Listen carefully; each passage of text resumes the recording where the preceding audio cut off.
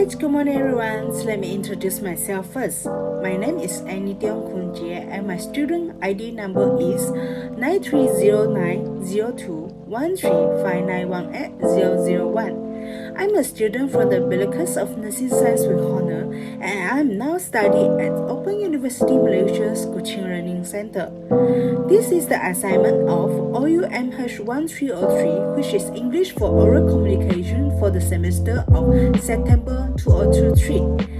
My topic today is going to talk about an explanation speech about games, and my title is The Rules to Play the Chess. Chess is one of the oldest and most popular board game ever.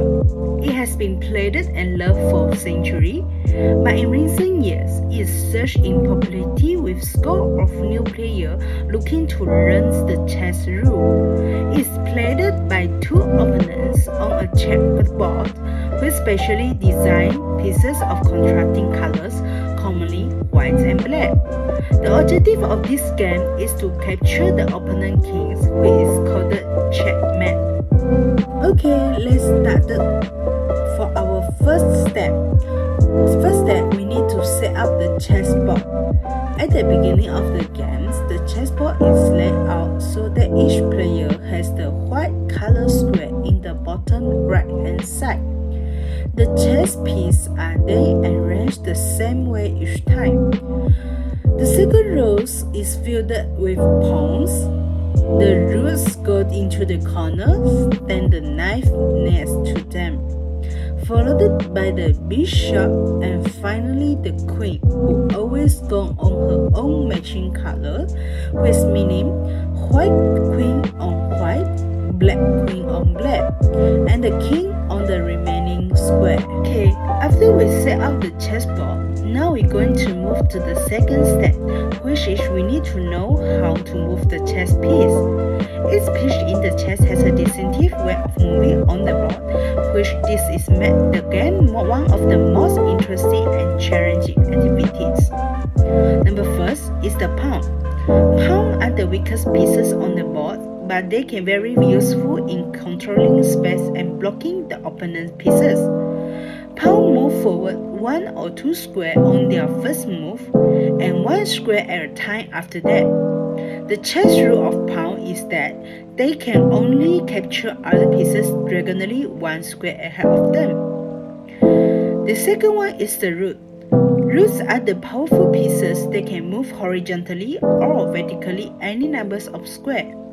They are often used to control open files or to attack the opponent pieces from the distance. Third one is the knife. Knife move in an L shape with two squares in one direction and the only one square in a particular direction. They are the only pieces that can jump over other pieces, which make them useful for a surprise attack.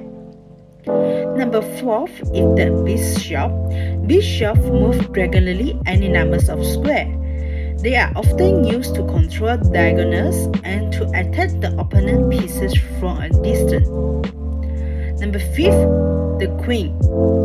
The queen is the most powerful pieces on the board and can move horizontally, vertically, or diagonally any number of squares.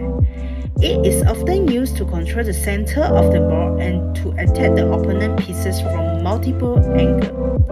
Last one is the king. The king is the most important pieces on the board, but also the weakest. It can move one square in any direction and is used to protect the other pieces and control the center of the board.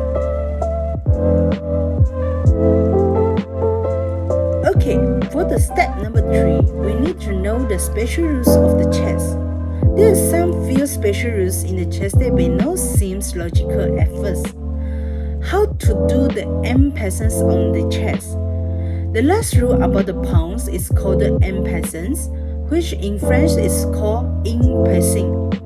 If a pawn moves out of two squares on its first move, and by doing so land onto the side of an opponent's pawns, that other pawn has the option to capture the first pawn as it passed by.